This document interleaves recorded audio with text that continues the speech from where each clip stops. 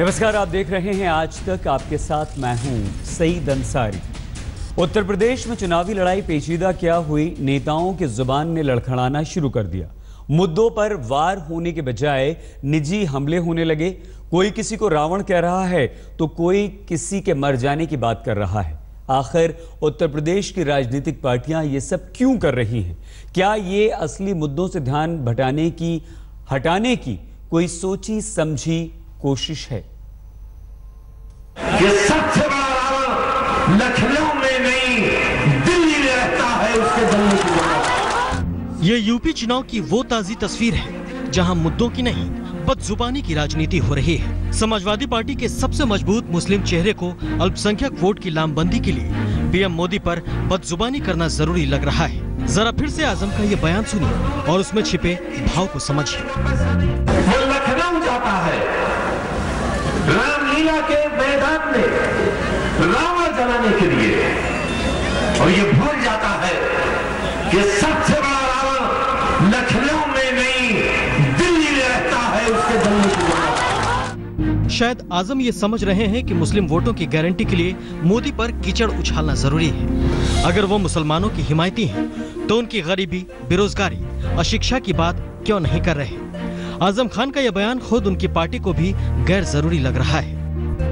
Sir, Azam Khan ने रावण कहा है प्रधानमंत्री को। मैं उनसे सहमत नहीं। वैसे बदजुबानी एक ही खेमे से नहीं हो रही। इधर आजम खान है तो उधर विनय कटियार जैसे बयानवीर भी है। प्रियंका गांधी पर उनकी एक अप्रिय टिप्पणी से बेवजह चुनावी माहौल बिगड़ा। प्रियंका जैसी बहुत सी कलाकार हैं, हीरोइनें हैं, बाकी और खूबसूरत महिलाएं हैं जो कि इस प्रकार का तो वो सब अभियान चला सकती हैं। तो आने दीजिए, अच्छी बात है। कम से कम वो निकलेगी तो, बहुत दिन से निकली नहीं है, निकलेगी तो बहुत सी महिलाओं को खड़ा कर देंगे। भारतीय जनता पार्टी में कमी है क्या? बीजेपी में बदजुबानी में माहिर नेताओं की कोई कमी नहीं है। मोदी सरकार के मंत्री भी इस मुकाबले में दौड़ लगाते रहते हैं।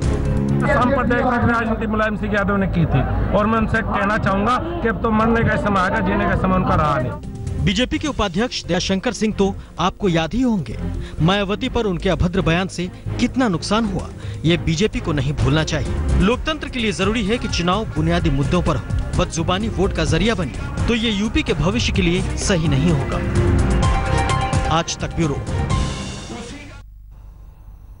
उत्तर प्रदेश के चुनावों में इस बार अब तक का जो प्रचार हुआ है, कल तक हम ये तारीफ कर रहे थे कि मुद्दों पर बात हो रही है और मुद्दा भी विकास का, और सभी पार्टियां ये श्रेय लेने की कोशिश कर रही थी कि विकास का मुद्दा हमारा है।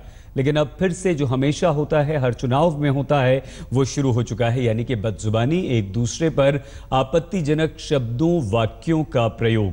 तमाम राजनीतिक दलों के वरिष्ठ नेता इस वक्त हमारे साथ हैं। डॉक्टर संबित पात्रा, बहुत धन्यवाद, बीजेपी प्रवक्ता हमारे साथ हैं, और आज संबित जी स्टूडियो में भी हैं तो ज्यादा अच्छा लगेगा आपसे बात करके। सुधेंद्र भदौरिया जी, बहुत धन्यवाद, बहुजन समाज पार्टी से हमारे साथ हैं। रंजीत रंजन जी हमारे साथ, सांसद कांग्रेस हैं, धन्यवाद आपका भी।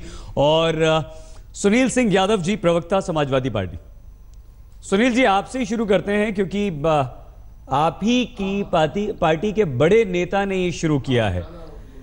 क्या आपकी पार्टी इस तरह की बदजुबानी, इस तरह के आपत्तिजनक बोल और लोगों के दिल दुखाने वाले शब्दों, वाक्यों के इस्तेमाल की समर्थक है? नहीं, समाजवादी पार्टी कभी भी ऐसे शब्दों का प्रयोग जिससे किसी को आहत होना पड़े या समाज में कोई बात आए, कभी भी पक्ष में नहीं रही। समाजवादी पार्टी हमेशा डेवलपमेंट को लेकर, अच्छे कामों को लेकर, कैसे समाज में सुधार आ सकता है, कैसे उत्तर प्रदेश तरक्की कर सकता है, इस पर हमेशा फोकस रहा है। मुझे याद है कि 5 साल की पूरी सरकार में माननीय अखिलेश यादव जी का कोई भी एक भी बयान या सरकारी या व्यक्तिगत ऐसा नहीं आया है जिसमें किसी को ऐसा लगे कि ये बड़पोलापन है या ऐसा नहीं बोलना चाहिए। सुनील जी, हम आपको क्रॉस क्वेश्चनिंग कर सकते थे, कई सवाल पूछ सकते थे, लेकिन कोशिश ये करते हैं कि एक बार कम से कम हर मेहमान की पूरी बात सुन लें। डॉक्टर संबित पात्रा, तो आगे हम आपसे सवाल जरूर पूछेंगे। बहुत सारे नेता हैं आपके दल में और आप आजम खान साहब को भूल गए। डॉक्टर पात्रा, बहुत सारे नाम आते हैं आपकी पार्टी के, हम गिनवा सकते हैं, लेकिन सबसे पहले वही सवाल, आप अपनी बात भी पूरी कीजिए कि क्या बीजेपी इस तरह के किसी भी आपत्तिजनक शब्दों, बोलों और किसी की भावनाओं को ठेस पहुंचाने वाले निजी बयानों की पक्षधर समर्थक है या नहीं? देखिए, आरंभ से ही प्रधानमंत्री श्री नरेंद्र मोदी जी ने एक बात बड़ी स्पष्ट रूप से रखा है कि एक ही मंत्र है और वो मंत्र है विकास का मंत्र, विद्युत, कानून और सड़क का मंत्र। और अपने हर भाषण में उन्होंने इसी विषय को तवज्जो दी है, आगे बढ़ाया है, सबका साथ सबका विकास, आंकड़ों के साथ विषयों को रखा है। मगर देखिए, जब 2014 से पहले गुजरात का चुनाव था, उस समय आपको याद होगा किस प्रकार मोदी जी पर व्यक्तिगत प्रहार किया गया था, यह कहकर कि मौत के सौदागर है। उसका नतीजा क्या रहा हमने देखा है। 2014 के समय जहर की खेती उनको कहा गया, उसका नतीजा क्या रहा ये हमने देखा है। आज उनको रावण कहा जा रहा है, वो विकास की बात कह रहे हैं, आप उन्हें रावण कह रहे हैं, उसका नतीजा क्या होगा आप देखिएगा। देखिए, जन जन के प्यारे प्रधानमंत्री को आप इस प्रकार की उपाख्यान दे रहे हैं, इस प्रकार की भाषा से नवाज रहे हैं, गरीबों के लिए वो काम कर रहे हैं, गरीबों के विषय को आगे बढ़ा रहे हैं, किसानों की कर्ज माफी की बात कर रहे हैं, आप उन्हें रावण कह रहे हैं। किस प्रकार के भाषा स्तर का ये उदाहरण है। और मैं आज बड़े विनम्रता के साथ कहना चाहता हूं, आप किसी भी शब्द से उनको पुकार सकते हैं, मगर जनता के दिल में जो बसता है, जनता इसका जवाब देगी। आजम खान ने जो कहा है, जनता जवाब देगी। सुनील जी से संबित जी जो बात हमने कही थी, हम आपसे भी यही कह रहे हैं कि बहुत सारे नाम हम आपकी पार्टी के नेताओं के गिनवा सकते हैं, लेकिन एक बार आपने बात पूरी कर दी, आगे चर्चा करेंगे। रंजीत जी, आपके दल की क्या राय है? क्या ऐसा होना चाहिए, या आपके दल के, आपके नेताओं की तरफ से अगर इस तरह के बयान आते हैं तो आलाकमान की तरफ से, पार्टी की तरफ से किस तरह का एक्शन लिया जाता है?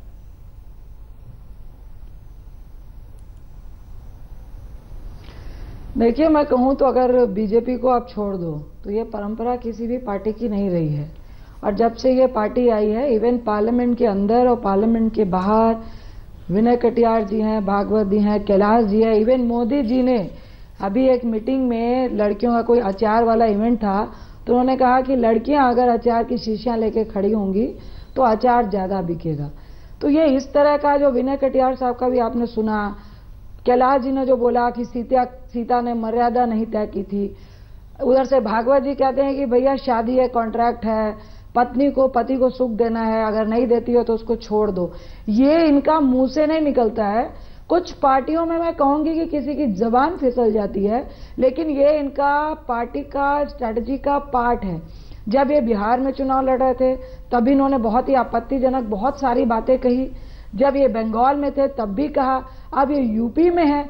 तो एक्चुअली में अभी जो संबित जी बोल रहे थे, एक्चुअली में आज शायद उन्होंने खड़गे साहब का भाषण सुना कि नहीं, अगर सुन लेते तो उन्होंने बताया कि डेवलपमेंट कौन कर रहा था, और आपने 2.5-3 साल में आपने लोगों को गुमराह तो कर दिया कि भैया चलो घर की मुर्गी दाल बराबर हो जाती है, जिसने 70 साल राज किया तो आप उसकी खामियां ज्यादा खोजते हो। लेकिन अब ये 2.5 साल में जिस तरह से इन्होंने लोगों को बार बार सिर्फ जुमले, अभी ये बहुत सारे डेवलपमेंट की बातें कर रहे थे। अरे महाराष्ट्र में, छत्तीसगढ़ में, मध्य प्रदेश में, हरियाणा में किसान आपसे कर्ज माफी की बात कर रहे थे, आपने किया नहीं। अब आप यूपी में जाके चिल्ला रहे हो कि हम किसान के हमदर्द है, हम किसान के हमदर्द है। आप बजट में चिल्ला रहे हो कि हम किसान के हमदर्द है। आप रंजीत जी थोड़ा सा डाइवर्ट कर गई हैं आप। इन्होंने स्टार्ट किया था, आप थोड़ा सा मुद्दे से भटक रही हैं, क्योंकि यहाँ बदजुबानी की, बदसलूकी की बात हो रही थी, निजी हमलों की बात हो रही थी। जरूर एक बार अपनी राय, नहीं आएंगे बिल्कुल, मैं वही सुनिए एक सेकेंड, आप सबसे उनकी राय ले लेते हैं, उसके बाद चर्चा शुरू कर देंगे, क्योंकि संबित जी ने हाथ उठा दिया, वो आपको जवाब देना चाह रहे हैं, आपसे सहमत बिल्कुल नहीं है। सुधींद्र जी, आप भारतीय राजनीति के वरिष्ठ नेता हैं, वरिष्ठ नेताओं में आपका जिक्र होता है, आपके दल की क्या राय है? होना चाहिए इस तरह की बदजुबानी? और अगर आपके दल से, आपकी पार्टी से कोई इस तरह का बयान आता है, निजी हमला किसी पर होता है, तो आप लोग क्या करते हैं?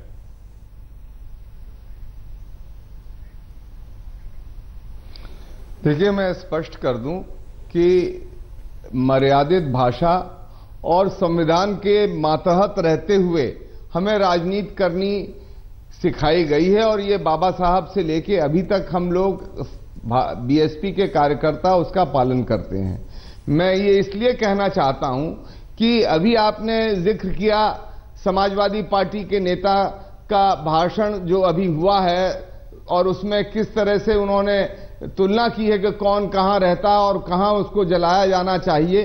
ये कोई नई बात नहीं है। इस पार्टी के अंदर भी अभी कुछ दिन पहले इनके एक पार्टी के नेता ने अपने ही एक और भाई के बारे में कहा कि अगर वो यहाँ आके खिलाफ बोल जाएं तो वापस कैसे जाएंगे हम देखेंगे। और इसी तरह से जो भारतीय जनता पार्टी के नेता हैं उनका भी आपको सामने उदाहरण केवल ये ही नहीं है।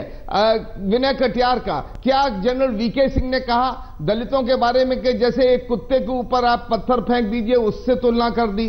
इनकी एक और मंत्री थी, उन्होंने कहा कि कुछ इस देश में रामजादे हैं और बाकी कौन जादे हैं, वो भाषा इन्हीं को शोभा देती है। और इसी तरह के मैं अनगिनत नाम आपको गिना सकता हूं, लव जिहाद से लेकर और तमाम जो ये चुनाव में दोनों पार्टियां, समाजवादी पार्टी भी और बीजेपी भी, क्योंकि ये कुंभकर्ण की नींद सो रहे हैं दोनों के लोग विकास के लिए, इसलिए अब ये चाहते हैं किसी तरह से कुछ ऐसे बातों को रखा जाए कि विकास से ध्यान हट जाए और ध्यान आकर्षित कर दें ये इसी तरह के टकराव में, जैसा कि दोनों ने मिलकर मुजफ्फरनगर के अंदर किया था।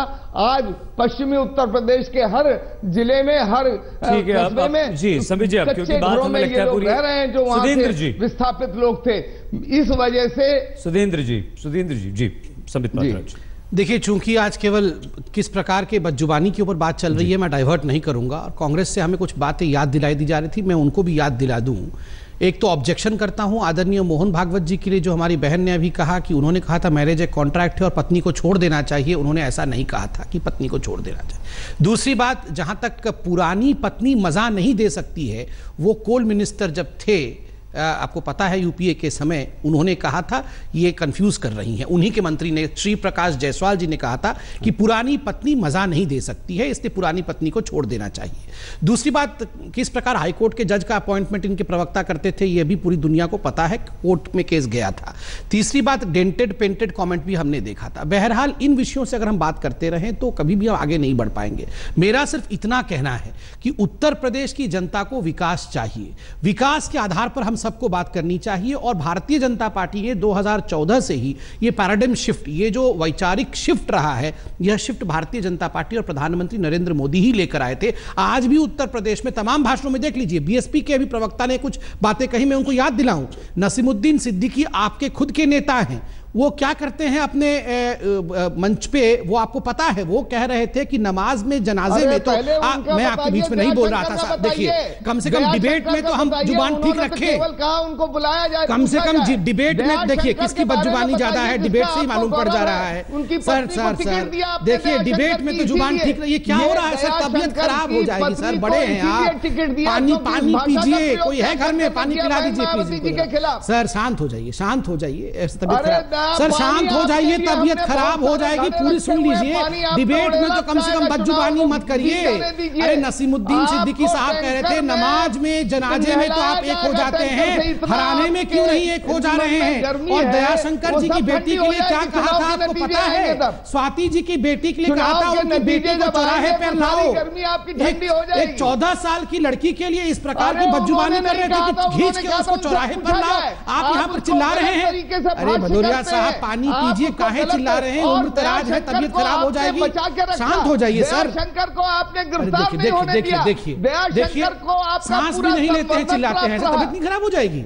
अरे सांस तो ले लीजिए सर। शंकर आपने छुपा कर रखा सर। आपने स्वाति जी की बेटी के लिए क्या कहा था? खींच के बीच चौराहे पर लेकर आओ।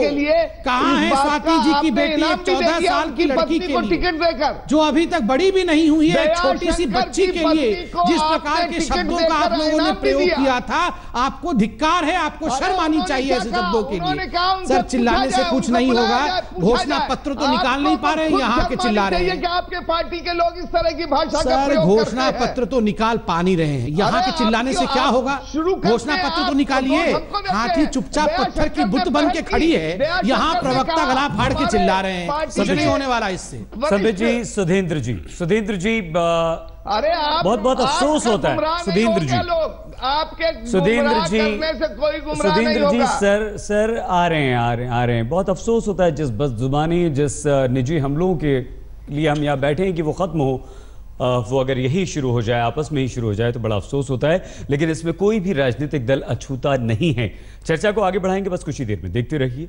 आज तक। उत्तर प्रदेश में पहला फेज नजदीक आते आते तमाम राजनीतिक दल के नेता जो हैं वो अपना आपा खोने लगे हैं, बदजुबानी होने लगी है, एक दूसरे पर आरोप प्रत्यारोप हो रहे हैं और निजी हमले भी किए जा रहे हैं। लेकिन ये वही उत्तर प्रदेश है जहां जाति और धर्म के नाम पर चुनाव लड़ा जाता था और इस बार विकास की एक बयार सी यहां पर चल पड़ी थी, विकास के नाम पर वोट डाले जा रहे थे। लेकिन अब समाजवादी पार्टी के एक बड़े नेता ने फिर से बदजुबानी करके इस बहस को छेड़ दिया है। तमाम राजनीतिक दलों के नेता हमारे साथ हैं, इस चर्चा को हम आगे बढ़ाएंगे बस कुछ ही पलों में। बने रहिए हमारे साथ, देखते रहिए आज तक।